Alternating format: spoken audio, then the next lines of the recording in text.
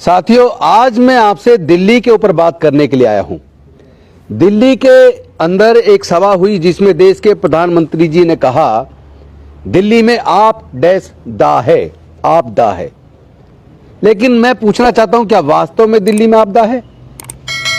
यहां तो आपदा में ही अवसर तलाशे जा रहे हैं। आपको याद होगा जब भारत के अंदर कोविड आया तो कोविड के अंदर भारत सरकार ने स्वयं आपदा में अवसर तलाशा। कई राज्य सरकारों ने भी आपदा में अवसर तलाशा, अपने लोगों के व्यापार को बढ़ाया। ऐसे ऐसे इक्विपमेंट्स खरीदे गए जो किसी काम नहीं आए, लेकिन पीएम केयर फंड का हजारों करोड़ रुपया उस तरह के इक्विपमेंट खरीदने पे लगाया गया। आपको सबको पता होगा कितने वेंटिलेटर खरीदे और वो वेंटिलेटर आज कहां हैं? ज्यादातर काम नहीं कर रहे। तो एक ने आपदा में अवसर तलाशा और दूसरे ने अवसर को आपदा में बदल दिया। अवसर था सरकार बनने के बाद दिल्ली में बहुत सारे काम कर दिखाने का, लेकिन अफसरशाही के साथ झगड़े में सब कुछ तबाह हो गया।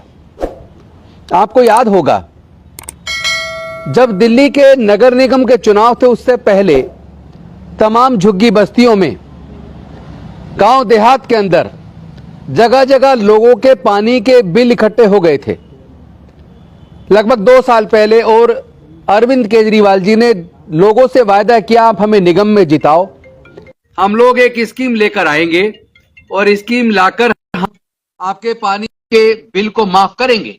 और उसके बाद स्कीम बनने की भी बात हुई और जल बोर्ड में वो स्कीम अटकी रही। और आज फिर जब वो स्कीम तो नहीं लागू हो पाई, उस अवसर को इस्तेमाल करने के बाद अवसर को पूरी तरीके से आपदा में बदल दिया। ना सीवर की समस्या से निजात मिली, ना गंदे पानी से निजात मिली।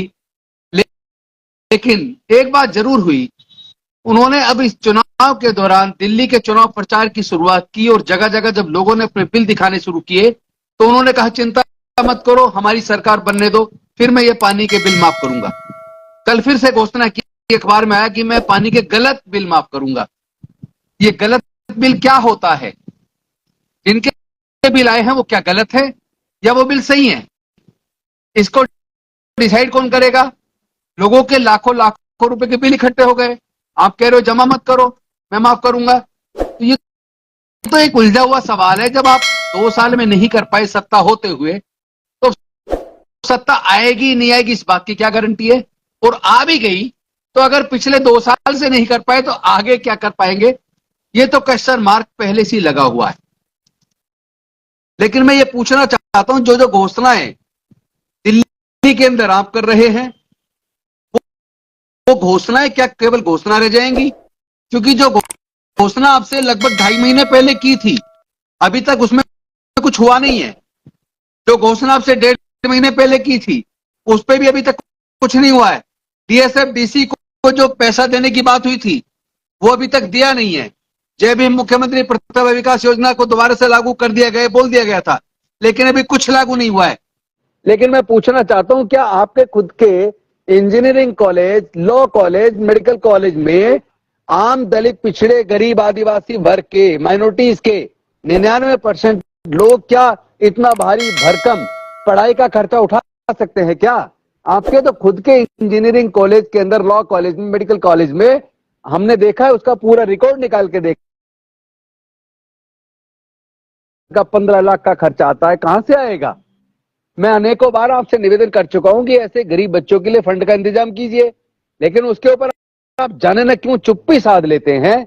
आपने तो जो अवसर आपको मिला था उसको आपदा में बदल दिया, और मोदी जी को जो अवसर मिला उन्होंने आपदा को अवसर में बदल दिया। तो आप में और मोदी जी में मुझे कुछ ज्यादा फर्क नजर नहीं आता। अब दिल्ली के लोग तय करेंगे कि आप में और उनमें फर्क क्या है। आपकी बात का भरोसा करें या उनकी बात का करें?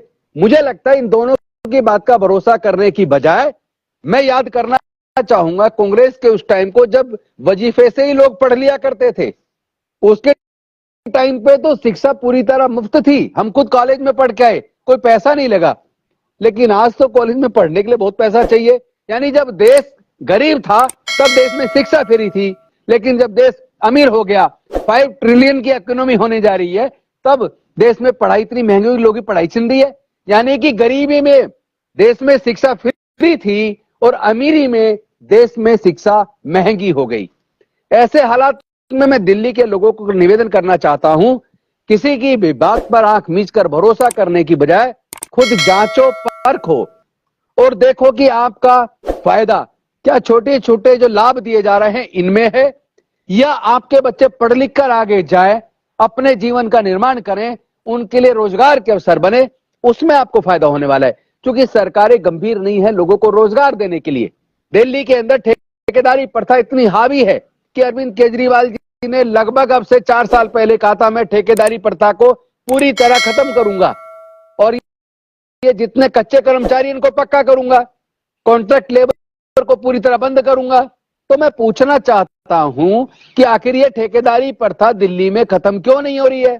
दिल्ली के तमाम अस्पतालों में, स्कूलों में, सोशल वेलफेयर डिपार्टमेंट के अनेकों जो हॉस्टल्स हैं, गर्ल्स हॉस्टल, बॉयज हॉस्टल, या जो होम है, चिल्ड्रन होम है, ओल्ड एज होम है, ऐसे जितने भी आपके संस्थान हैं, विमेन एंड चाइल्ड डेवलपमेंट के भी, सोशल वेलफेयर के भी, और तमाम हॉस्पिटलों के अंदर, ये स्कूलों के अंदर जितना भी स्टाफ नीचे है, सारा कॉन्ट्रैक्ट पे है, उनको उनका 40% पैसा ठेकेदार खा जाता है।